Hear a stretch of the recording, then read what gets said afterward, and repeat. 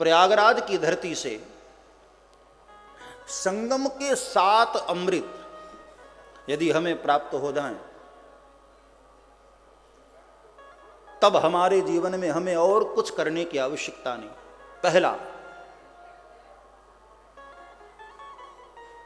संगम में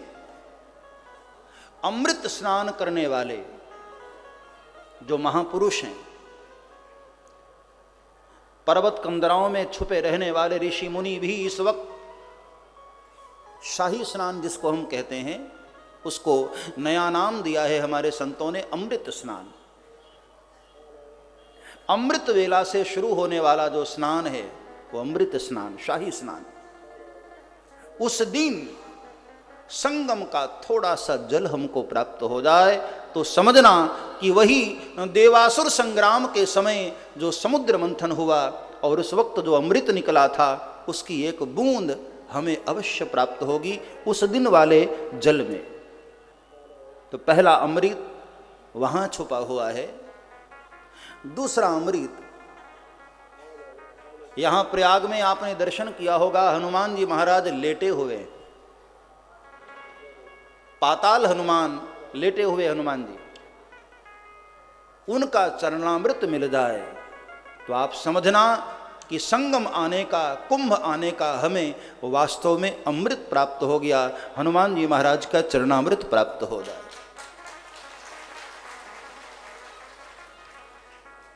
तीसरा, इस पूरे कुंभ क्षेत्र में कहीं से भी थोड़ी सी रज आपको प्राप्त हो जाए, उसको अवश्य रख लेना, क्योंकि यहां अनेकानेक ऋषि, अनेकानेक देव, अनेकानेक गंधर्व और स्वयं नारायण भी यहां अपने पांव से, नंगे पांव चलते हुए संगम के क्षेत्र में भ्रमण करते रहते हैं। वो चरण धूल आपको मिल जाए तब भी समझना कि आपको अमृतत्व की प्राप्ति हो गई। चौथा, इस धरती पर भगवान राम भी एक रात्रि विश्राम किए,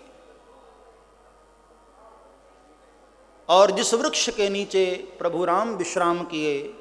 वो वृक्ष आज भी है, नाम ही पड़ गया अक्षयवट। भगवान राम ने उस वृक्ष को अपने हाथों से सहलाया और चलते चलते आशीर्वाद दिया कि हे वट वृक्ष, मैं तुझे आशीर्वाद देता हूं, युगों युगों तक कभी तेरा नाश नहीं होगा, कभी तेरी आयु पूर्ण न होगी, और भगवान राम के होने की साक्षी सबसे बड़ा प्रमाण तेरे दर्शन से भक्तों को प्राप्त हुआ करेगा, वो है अक्षयवट। उस अक्षयवट के जड़ की थोड़ी सी रज, थोड़ी सी मिट्टी हमें प्राप्त हो जाए, हमारा जीवन धन्य हो जाएगा। जिस जगह भगवान राम विश्राम किए, सारे जगत को जो विश्राम देते हैं, सारे जगत को जो आनंद देते हैं, उस वृक्ष की थोड़ी सी रज,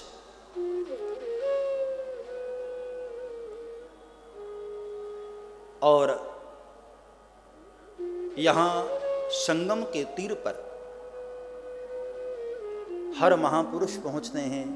हर संत पहुंचते हैं। संगम के तीर की थोड़ी सी रज हमें प्राप्त हो जाए,